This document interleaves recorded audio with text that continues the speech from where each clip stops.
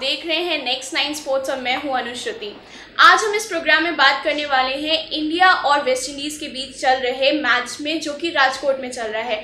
इससे पहले कि हम इस मैच के बारे में बात करें, आपको अपडेट दे देते हैं कि इंडिया का स्कोर 68 for 1 है। इंडिया पहले बैटिंग कर रही है और इस पूरे मैच के बारे में बात करने के लिए हमारे साथ हमारे स्पोर्ट्स एडिटर अभिलाष जुड़ चुके हैं। वेलकम अभिलाष। धन्यवाद श्रुति। अभिलाष, सबसे बड़ा शौक जो लगा वो लगा केएल राहुल। उन्होंने इंग्लैंड में परफॉर्म नहीं किया और यहाँ पर भी वो 0 रन पे आउट हो गए।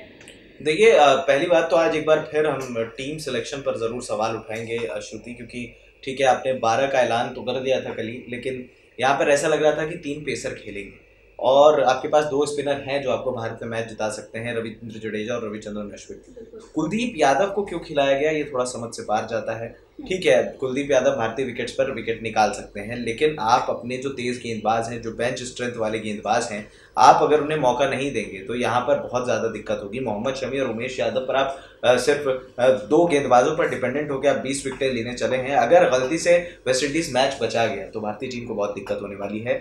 दूसरी बात, हम लगातार बात कर रहे हैं कि रोहित शर्मा को जो बाहर रखा गया उनको उतने मौके नहीं मिले। ठीक है, आप विराट कोहली की नज़र में वो शायद टेस्ट टीम डिजर्व नहीं करते, चयनकर्ताओं की नज़र में तो क्या केएल राहुल डिजर्व कर रहे हैं? आप देखिए 0 पर आउट हुए हैं मैच की चौथी गेंद, और गैब्रियल एक ऐसे बॉलर हैं जिनको आपका टिलेंडर विकेट नहीं देता है, और उसके बाद केएल राहुल इतने अनऑर्थोडॉक्स तरीके से आउट हुए हैं।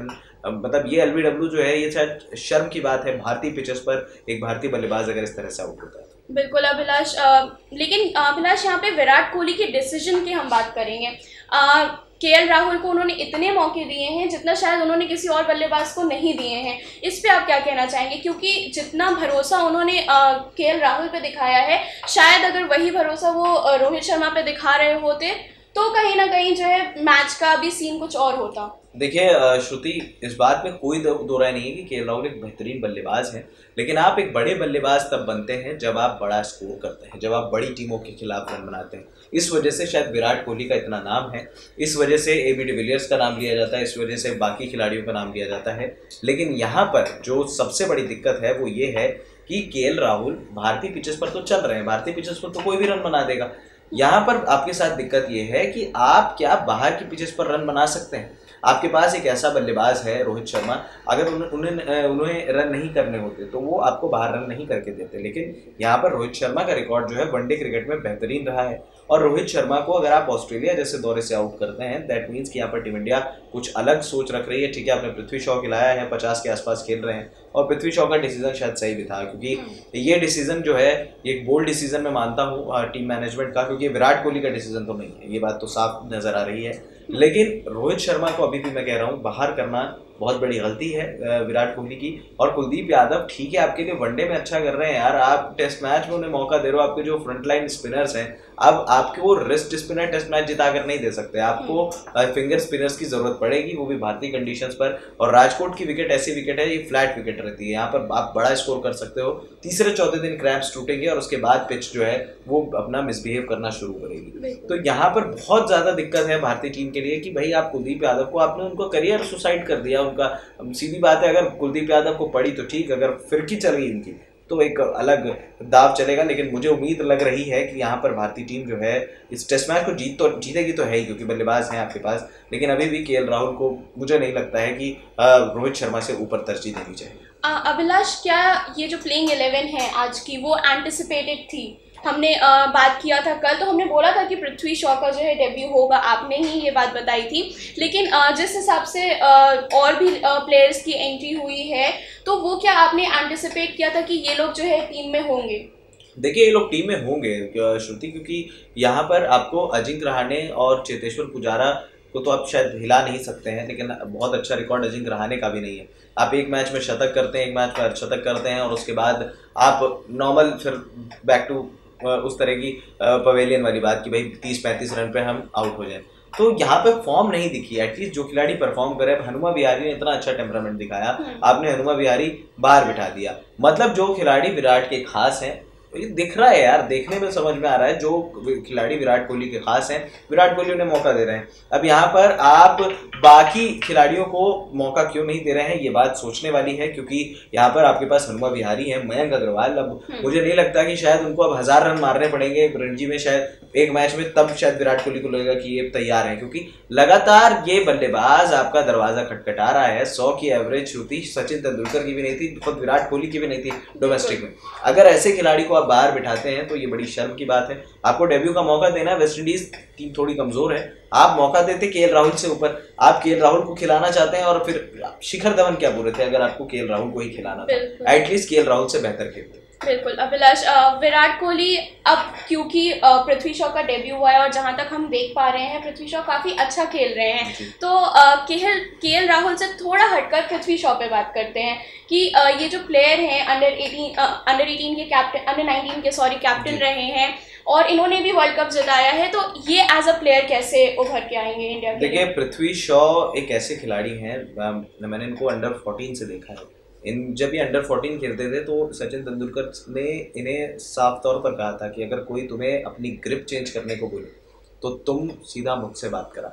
यानी कि सचिन तेंदुलकर को भी ये पता था कि ये खिलाड़ी आने वाले टाइम में बहुत बड़ा खिलाड़ी बनने वाला है। अंडर 14 में ही उन्होंने 400 रन मारे थे, और उसके बाद पृथ्वी शॉ को जब हमने अंडर 19 वर्ल्ड कप में देखा, राहुल द्रविड़ की ट्रेनिंग में, इस खिलाड़ी ने वो दमखम दिखाया है। अभी इस बैच से बहुत बड़े बड़े नाम आने वाले हैं, शुभमान गिल हैं, बाकी खिलाड़ी भी हैं, लेकिन पृथ्वी शॉ को शायद अगला सचिन खेल रहे कहा जा रहा है। अब आप ये सोचिए कि जिस मतलब एक अंडर 19 से एक खिलाड़ी उभर कर आता है, उस खिलाड़ी के पास एमआरएफ की फ्रेंचाइजी बैट पर, तो एमआरएफ अगर किसी के बैट पर स्टिकर लगा रहा है, दैट मीन्स कि ही हैज समथिंग।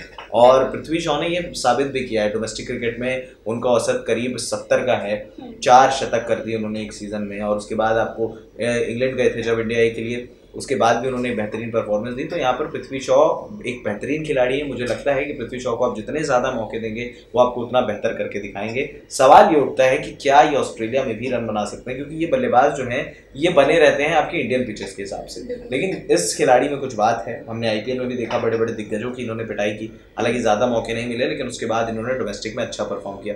तो मुझे लगता है कि पृथ्वी शॉ को डेब्यू कराना एक सही फैसला, लेकिन ये बात समझी जा सकती है कि विराट कोहली का फैसला तो ये नहीं। बिल्कुल अभिलाष, क्योंकि विराट कोहली अपने फेवरेट्स को शायद रख रहे हैं। अभिलाष, अगर आपने पृथ्वी शॉ की बात की और वो भी ऑस्ट्रेलिया पिचेस के लिए, तो मुझे लगता है कि उन्हें वहाँ पे मौका देना चाहिए, क्योंकि पृथ्वी शॉ अभी नए हैं, वो वहाँ पे भले ही परफॉर्म ना करें, लेकिन वहाँ से अगर उनको एक्सपीरियंस मिलेगा तो वो उनके आगे के फ्यूचर के लिए काफ़ी अच्छा होगा। देखिए श्रुति, पृथ्वी शॉ ऐसे खिलाड़ी हैं, अगर आप इन्हें मौका देंगे, आप जितना बेहतर इस खिलाड़ी को बनाने की कोशिश करेंगे, खिलाड़ी उतना बेहतर। ये उस शैली का बल्लेबाज नहीं है, केएल राहुल वाली शैली का बल्लेबाज नहीं है। राहुल नो डाउट एक बेहतरीन बैट्समैन है, लेकिन ये आपको मैच जिता कर नहीं दे सकते। हमने कई दफा देखा, हमने उस दिन अफगानिस्तान के खिलाफ एशिया कप में मैं मैच देख रहा था, वहां पर केएल राहुल ने इतना अच्छा स्टार्ट दिया, उसके बाद अपना विकेट थ्रो करके जा रहे हो, और उसके बाद जब आपको पता है कि आप आउट हुए, अनऑर्थोडॉक्स आपने शॉट खेला, आप रिव्यू ले रहे हो, तो आपके दिमाग में वो जीत है ही नहीं कि मैं अपनी टीम को जीत दिलाऊं। ये चीज़ विराट कोहली के अंदर है, ये चीज़ पृथ्वी शॉ में देखिए, अंडर 19 वर्ल्ड कप जिताया उस खिलाड़ी ने, तो ये चीज़ इनके अंदर है। और जिस खिलाड़ी के अंदर ये भूख रहती है ना कि मुझे मैच जिताना है और मैं मैच जिता कर लेके जाऊंगा, वो खिलाड़ी काफ़ी ज़्यादा आगे जाता है। और यहाँ पर पृथ्वी शॉ की शैली जो है टेस्ट क्रिकेट में एक अच्छे बल्लेबाज के रूप में मुझे लगता है वनडे में भी मौका देना चाहिए। हालांकि विश्व कप को देखते हुए अभी तो शायद मौका नहीं मिलेगा, लेकिन टेस्ट क्रिकेट में ये एक बड़ा नाम होने वाले हैं भारतीय टीम। बिल्कुल अभिलाष, विराट कोहली, आपको क्या लगता है Virat Kohli as a player ज़्यादा अच्छे हैं या एज अ कैप्टन ज़्यादा अच्छे हैं? अगर हम ये इंग्लैंड और वेस्ट इंडीज़ टूर को हटा दें तो इसके अलावा आप बताइए।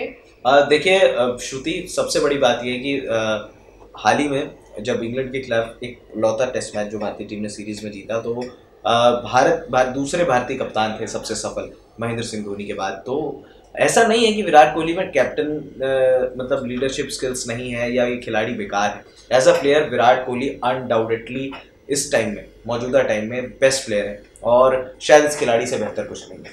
लेकिन अगर कप्तानी में जो अब हम फैसला देख रहे हैं, ये 30-35 टेस्ट मैचेस के बाद, 35 टेस्ट मैच में तो उन्होंने ऐसी कप्तानी की है जिसका कोई जवाब नहीं था। ऐसा लगता था कि कप्तान हो तो ऐसा जो सिर्फ जीतना जानता हो, लेकिन अब ये मनमानी चल रही है। अब बीसीसीआई को भी ये बात समझ में आ रही है, क्रिकेट एडवाइजरी कमेटी का अता पता नहीं है, सचिन तेंदुलकर की बात नहीं सुनी जा रही, दादा की बात नहीं सुनी जा रही, तो अब आप रिस्पेक्ट करना जब भूल गए। सुनील गावस्कर साहब को मैं उस दिन सुन रहा था, उन्होंने कहा कि अब मुझसे कोई बल्लेबाज आकर बात नहीं करता कि भाई हमें खेलना कैसे है। अरे वो खिलाड़ी, वो आप इंग्लैंड में आपको इतना बेहतर करके दे चुके हैं, आप उनसे एक बार टेक्निक तो लीजिए कि हमें किस टेक्निक पर खेलना है। और यहाँ पर विराट कोहली की मनमर्जी साफ दिख रही है, रवि शास्त्री अपनी मनमर्जी चला रहे हैं, ये भी देखा जा सकता है। यहाँ पर टीम को नुकसान नहीं होना चाहिए। विराट कोहली अभी भी नो डाउट बेहतरीन बैट्समैन है, लेकिन कुछ डिसीजंस जो उनके हैं, रोहित शर्मा को उनको बैक करना चाहिए था। रोहित शर्मा को लेकर आते कि भाई ठीक है रोहित, आप एक मौका हम आपको और देते हैं, आप खेलिए। और मुझे लगता है कि रोहित शर्मा, केएल राहुल और इन सारे खिलाड़ियों से बेहतर है आप उन्हें ओपनिंग तक करने के लिए तैयार हैं। ड्यूक की जो गेंद होती है, ओपनिंग करने के लिए जल्दी कोई तैयार नहीं होता, फिर भी रोहित शर्मा ने एज अ चैलेंज लिया, आप उन्हें खिलाते, ओपनर के तौर पे आप उनको खिला सकते हैं।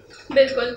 अभिलाष, अगर हम विराट कोहली की बात कर ही रहे हैं तो इस मैच में क्योंकि अब 1 विकेट डाउन है इंडिया, तो इस मैच में अब क्या कितना इंपॉर्टेंट रोल प्ले करेंगे विराट कोहली, क्योंकि हमें पता है कि हमारी मिडिल ऑर्डर अभी उतनी स्टेबल नहीं है।